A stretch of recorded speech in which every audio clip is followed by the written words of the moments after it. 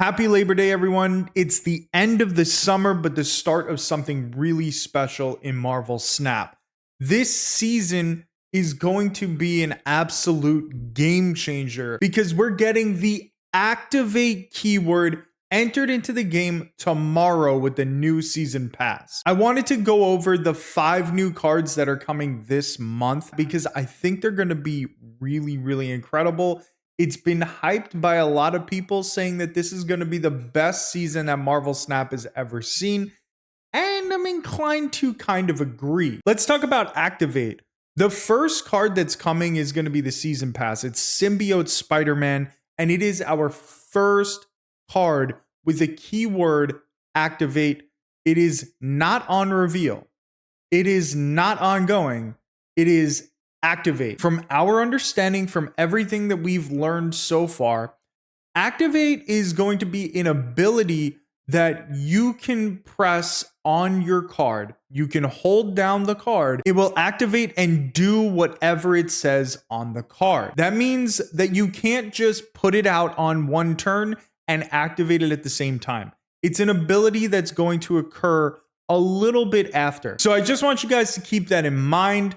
It's not an on reveal. They wanted to do it differently because if you could play this on turn 6 and activate it on the same turn, it would just be an on reveal card. There wouldn't be anything different. They wanted to add a unique mechanic to Marvel Snap. If you have any questions about Activate, ask in the comment section below and I will try to answer and explain to the best of my ability from the knowledge that we've already gained about this. There's also an article on marvelsnap.com that you can go check out so that you can read up on exactly how it works so that it's not as confusing when you first get it tomorrow. I'll link that in the description below. And a few extra things from that article so that it doesn't get confusing as we're talking about this. Each activate ability can only be used once per game. The activate ability will resolve prior to the next card revealing. So if you decide to activate and then play a card, the activate will go off before that card. If you play a card and then activate, it'll be the opposite. It'll cost no energy to use the activate ability. It's a free ability that comes with the card. And a lot of people have apparently been asking Second Dinner about Cosmo and whether or not he can prevent the abilities from happening. The only thing that Cosmo can prevent is if you merge into another on-reveal card so that the on-reveal card will not trigger. But Cosmo himself can't prevent you from activating a card. So now that we understand what Activate does, you can see that Symbiote Spider-Man is going to be one of the best season pass cards that we've had in a really long time. Merge your lowest cost card here with this. Copy its text like it just revealed. Symbiote Spider-Man is essentially a copy of any single card in the game. If you play out Black Panther by himself in a location, he's going to double his power. Symbiote Spider-Man is going to eat him up, take that extra power, insert it into the Symbiote Spider-Man, and then activate Black Panther's ability again and double again. This card is going to be an absolute game changer. In terms of a season pass, if you're on the fence about this card, don't be. Because this is going to change the game entirely. Not just because it has a new activate ability, but because it's going to allow you to have a copy of basically any card. A lot of people have been excited about adding this card to move decks because move is kind of an archetype that's been dying and hasn't been doing very well. Well, Symbiote Spider-Man all of a sudden allows you to have extra move cards, extra different targets, but that isn't the only thing that Symbiote Spider-Man is going to be good for. This is going to lead to a ton of creativity within decks, and we're going to see a lot of abilities copied. We're going to see a lot of different strategies and different gameplay now with this card that we otherwise never would have really thought about.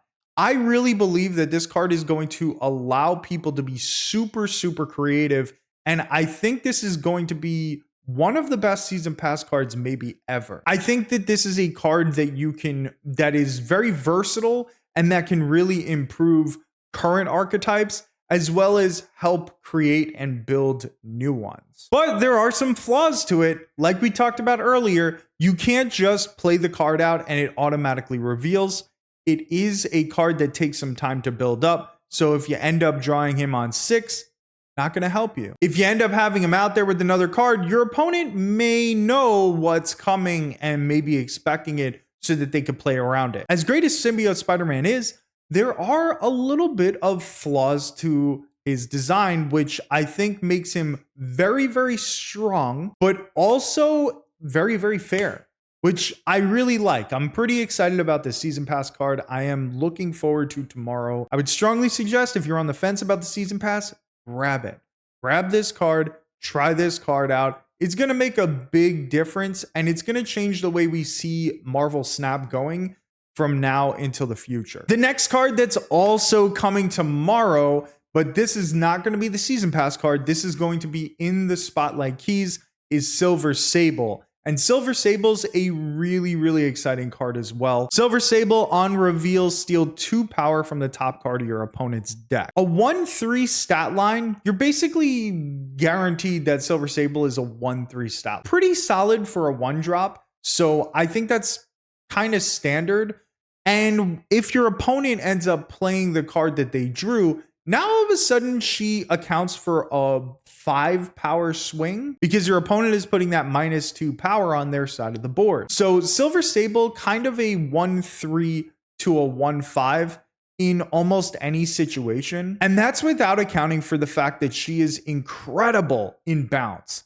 She is going to help bring back the bounce archetype, in my opinion. And not only is she going to bring back the bounce archetype, I think that she's going to lead to different versions of bounce. I think that Silver Sable starts to open up doorways to other kind of archetypes slipping into bounce. Things like sort of a toxic bounce deck with Cassandra Nova and Hazmat, and Ajax is like the pinnacle last card that you're dropping that's going to have a ton of power. I think that Silver Sable is going to open up deck building specifically in bounce a lot more creatively. Another thing about Silver Sable is that you really don't need her in bounce.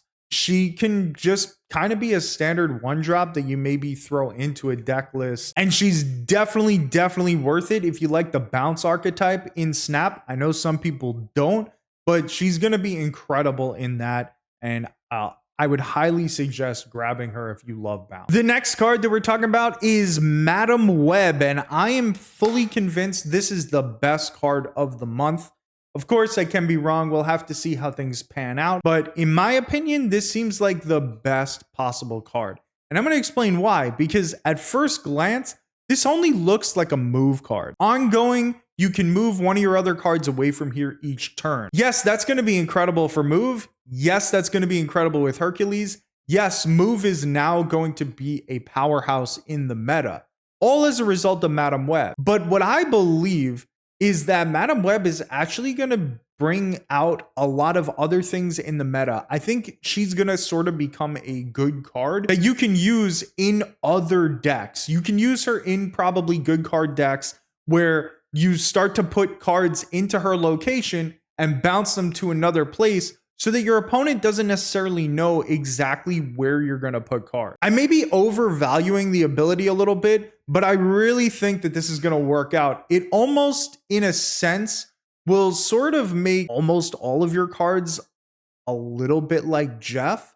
It's not exactly the same, but it is a really cool ability to start to knock cards into other locations that are maybe closed off that you maybe didn't have the opportunity to knock them to. She's generally going to be a big move archetype card. However, I really just think that she's going to fit into a lot more things than other people recognize at this point in time. And a little bit of a weird added benefit of Madam Web is that she might sort of possibly make Jean Grey a little bit meta relevant. I don't know that for sure because Jean Grey has been a really bad card for a really long time, but you put Jean Grey out there in a location and then you put Madam Web in that location, you could start to play your cards there and just bounce them out of there and your opponent is stuck having to be forced to play into the Jean Grey location. That's a little something that I would like to personally experiment with.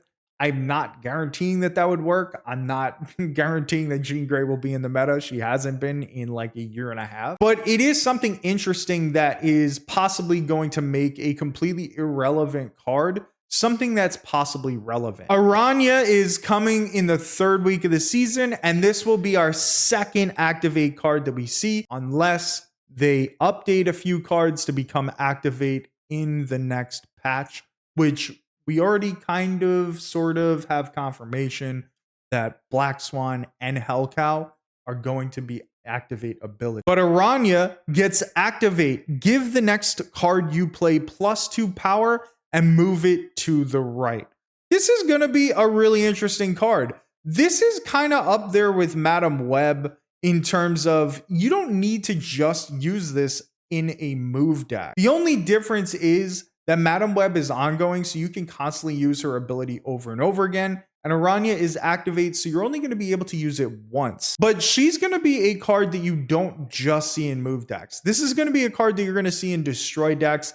You're going to be able to use this with Deadpool, or maybe even Kitty Pryde, maybe Sebastian Shaw, any number of the cards that really benefit from getting a +2 power. This is kind of like a stronger version of Forge. This is like when Forge was a 1-drop. He ended up getting nerfed. He ended up not being able to stay as a 1-drop because he was too strong. I don't know if the same thing will happen with Arana, because Arana is an activate ability. So it's a little bit different than Forge. Forge you can play on turn 1 and his ability goes into effect right away.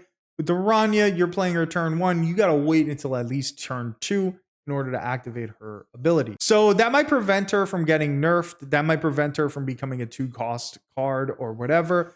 But either way, Arana is a big time deal in a lot of different decks that are going to really benefit from getting +2 power, but also move cards. Move is, of course, the archetype that loves +2 power. You got Multiple Man, you got Human Torch. I guess even Vulture can use the +2 power.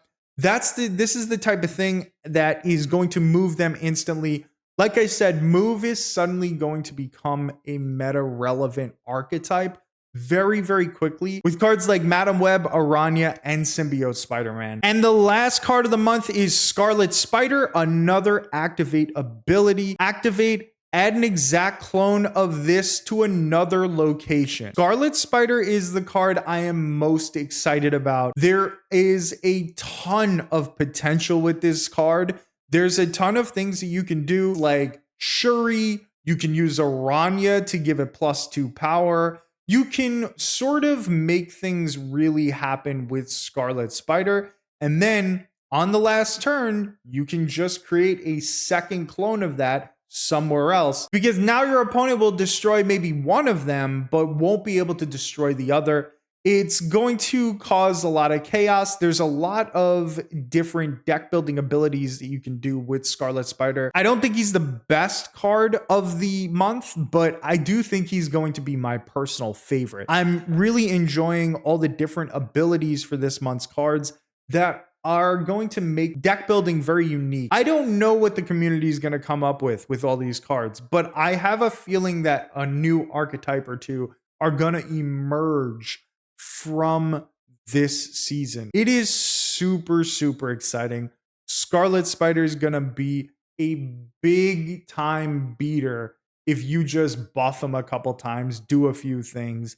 And I think that's something to really, really look forward to. Let me know in the comments section, what cards are you excited about? Which cards are you definitely getting? What have you saved your spotlight keys for? Because I'm really, really interested in what things people are cooking up in their head. That's what I love to see. I love to see a creative side of Marvel Snap. It gets really stale when everybody's doing the same thing over and over again. And I think these cards are really going to change a lot of that.